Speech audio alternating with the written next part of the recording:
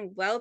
Welcome to episode 10 of Seeds of Wisdom, brought to you by From a Loving Place with author Rachel Wolf. I'm Rachel Wolf, and today I have the brilliant Karen C.L. Anderson with me today.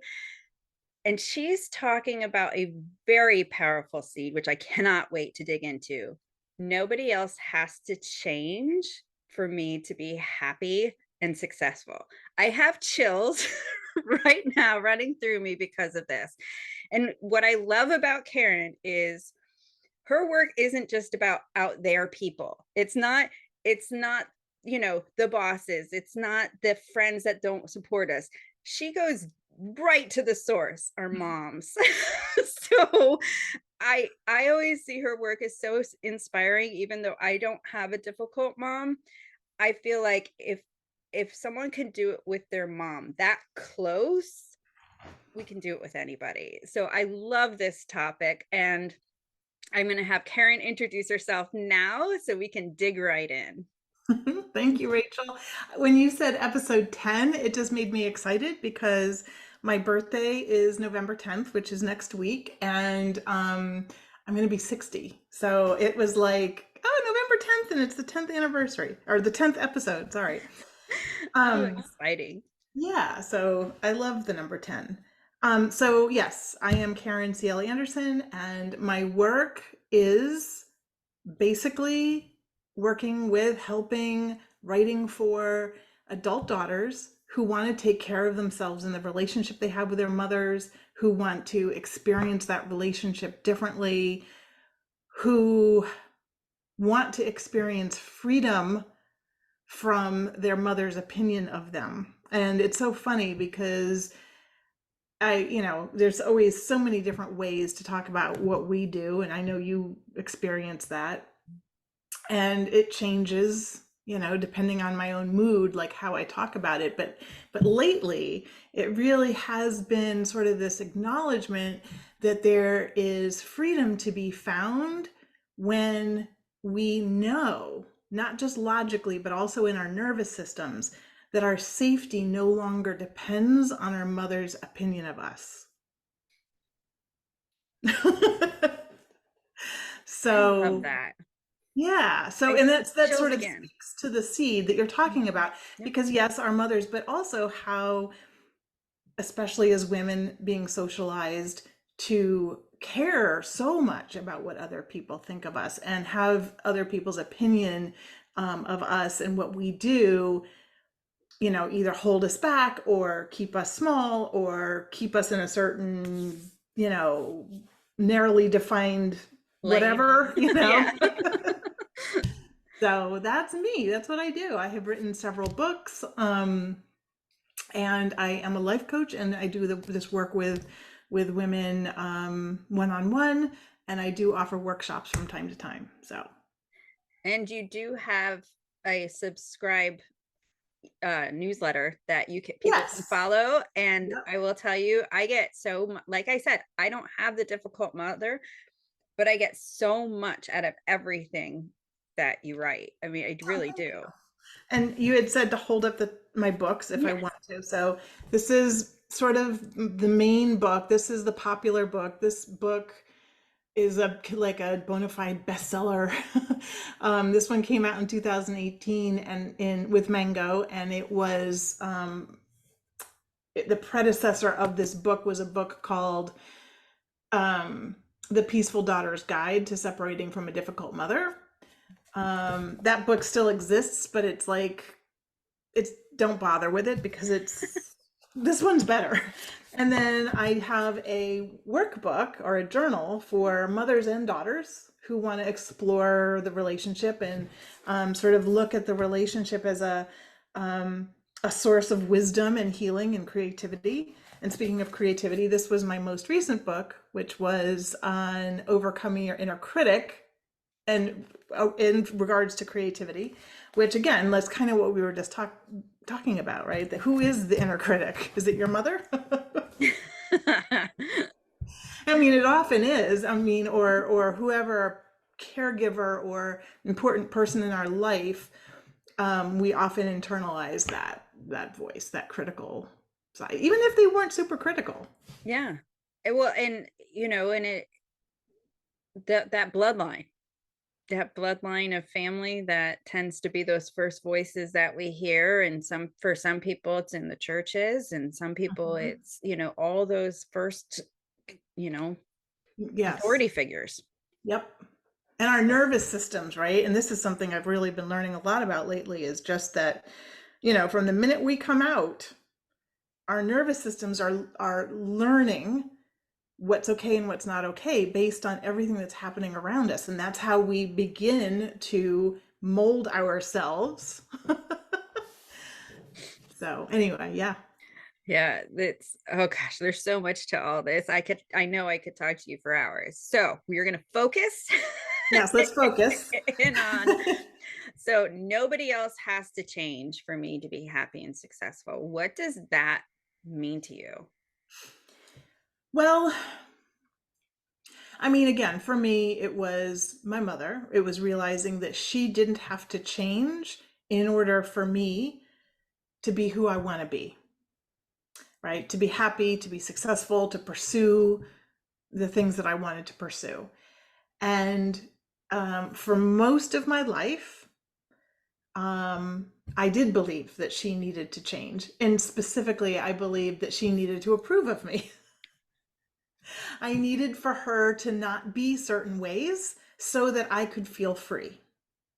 I could feel free to be myself. I could feel free to do what I want to do, et cetera, et cetera. And when I finally really got it, that she didn't have to change, it was like there was so much like, woohoo, yay. And I'll change it. For me, it was what I call the woohoo, oh, sugar moment, Okay. where it I was love like, it. woohoo, I'm free. Oh, sugar. Now I have to now I'm responsible, Yeah. right? Like now I'm the one who actually has to, do what I want to do. You know, and which speaks to what we were talking about earlier, right? Of knowing in not just logically, but in our bodies that it's safe. It is now safe to be who we want to be.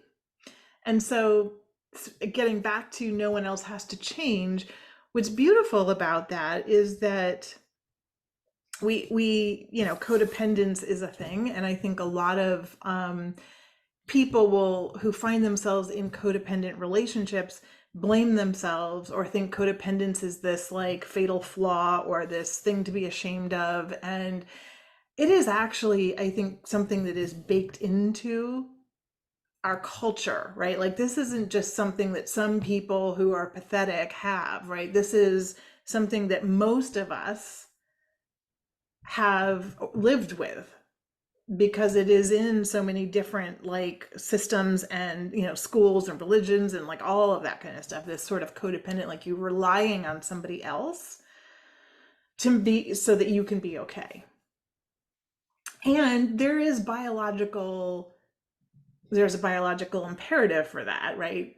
Back when we were cave people, we relied on each other in ways that we don't now, but it still lives within us, so it feels that we still do, if that makes sense. And we still do need each other. It's just that we don't need each other in the same way. So the way I like to look at the whole thing of like, nobody else has to change in order for you to be happy. Um, when we look at systems, and a system can be a mother-daughter relationship, it can be a school, it can be a family, it can be a neighborhood, right? All Mhm. it takes is for one element of this system to shift and change just a little bit to affect the whole system. And Yes. that's what I love about it, right? Is that the other people, your mother doesn't even have to be involved in this in order for it to shift in a way that feels better for you. And this was such a big thing for me to get to, um because once, like, even when you were saying it and talking about needing somebody, my throat like tightened up because it's like that it felt like that choker on you. It's like having to wait for somebody else to change to do something, to be something, to thrive. I was there, I was in the toxic relationships, I had unhealthy relationships, and in talking about codependency, I didn't know that me feeling like I needed to be a savior to feel worthy Mm. was codependency. I had to rescue, and if they didn't see my worth, then I wasn't worthy. So Yeah. it's Yeah. like it was such a toxic, unhealthy, cycle that I had got myself in, but it was all because I expected somebody else to be something so that I could be something. Right. Yeah. And again, but again, like we are socialized this way. This isn't Yeah. because we individually are stupid or, No, you know, no. we're Yeah, socialized to be can this way. break free from it, it's such like this expansive feeling. Like, oh, wait, what? They don't have to change. Yeah. And to like do what you said is that with that energy shift that happens, that it just Hmm. naturally happens. It's not forced No. because And when we shift, it doesn't require a massive change either. no, I love the analogy of, I mean, you can think of it as an airplane or a ship, right? All it takes is like a 1 degree shift in their direction to end up in a completely different place, right? So it's like, it's just a little shift, but you end up in a new destination. I just love that, and I love how it can get as personal as the familial bonds. Because a lot of times when people think of this work, it's always the out there people. Yeah. you know, Well, and I think the out there people might be easier on some yeah, level. yeah. But to know that it goes all the way in, and like when I think of bigger systems, I think of it having to start with the smallest system first. Hmm. We have to emanate it to project it out, Yeah. and whatever we project out is going to be reflected back. So when we make those little shifts, just those little shifts to how the energy starts shifting around us, and what comes to us starts shifting, Yeah. which talk about happy, being happy and successful. When we shift that energy, it's amazing. When we break free from that, what happens? Yeah. Yeah. Yeah. I know this kind of conversation is so overwhelming because it is so powerful. It's so deep in it, and it can resonate on that really intimate level. Yeah, and I think when we talk about, you said like the people out there versus the familial, there's also so many, I guess, religious and other um, rules or whatever you want to call them that, you shall obey your parents, you will do this, that, and that family is everything. And again, at one time that was true, right? Our literal survival depended on our mothers or whoever it was who was caring for us. But also, thousands of years ago, it was true that it was life and death, and we don't need each other that same way anymore. So if abuse or disrespect or whatever it is that is the toxic element in a relationship, even if it's with your family, at one time you kind of had to suck that up and be like, well, our we're not going to survive as a people if I don't put up with this. I mean, again, this isn't like we're not thinking this logically, Yeah. but now we're like, I don't need to tolerate abuse. I'm going to take myself out of the system, and I'm going to be okay because I can take care of myself. I do not need the structure anymore. And the something that's fascinating to me is looking at the statistics of estrangement in families, but especially between adult children and their parents. And the numbers shift depending on the study that you look at, but the basic number is about 30%. 30% of adult children are estranged from one or either parent or both parents at any given time. And that's a big number. Yeah. And, a lot of the like discussion that happens out there, here's my cat. um, a lot of the discussion out there is, like, oh, this is terrible, and what, kids these days, and like, what's wrong with them, and blah, blah, blah. And, I want to have curiosity about it. I want to be like, okay, well, what is estrangement here to tell us? Like, what is this pointing to? Is it that kids are, entitled brats? I don't think so. Is it that all parents are horribly abusive? No. Right? But I think it's an invitation into a really interesting conversation. Yeah, I honestly I feel like it's we're breaking those unhealthy cycles sooner, Yeah. you And know. we can, because our survival doesn't depend on them. Yeah. Because, yeah, I for a lot of my work it's about making sure I don't victimize myself Mm-hmm. by my thoughts, by my stories, by those types of things. And anytime I expect someone to be anybody other than who they are, I can victimize myself, Yeah. And you we do know? that with, I mean, again, I did it for years with my mother. I victimized myself. Yeah. Um, Well, and it's so, like you said, societally, it's so easy to do because of all this shaming messages that yes. come in from around us Yeah. to say Shame what we is, should do. yeah. Shame is one of my favorite subjects. Well, let's go there. Okay. um, yeah, so I am writing a book about shame, and I'm guessing it'll come out sometime next year. I don't have a firm date. And it is probably, or I know it is going to be my most personal book. Um, and it's hard to write, but um, again, sort of looking at it from a macro perspective, I don't know. I'm just going to say this, and I don't think I don't know if I actually believe it or not, but I guess on some level we could say that shame and fear were necessary. And kind of just like what I was saying before about we don't need each other the same way. I think we definitely, humans need each other, Mhm. but not this, it's not in that codependent way. It's more like healthy interdependent way. How can we, and so I think the shame and the fear at one time may have been necessary to keep us alive, For if that makes survival. sense. Yeah. Yeah, for survival. And we don't need it anymore. I don't think there is such a thing anymore as healthy shame. There are some people who would argue and say, well, healthy shame is what keeps you in line and whatever. I don't think that that's what keeps us in line. I agree. I agree.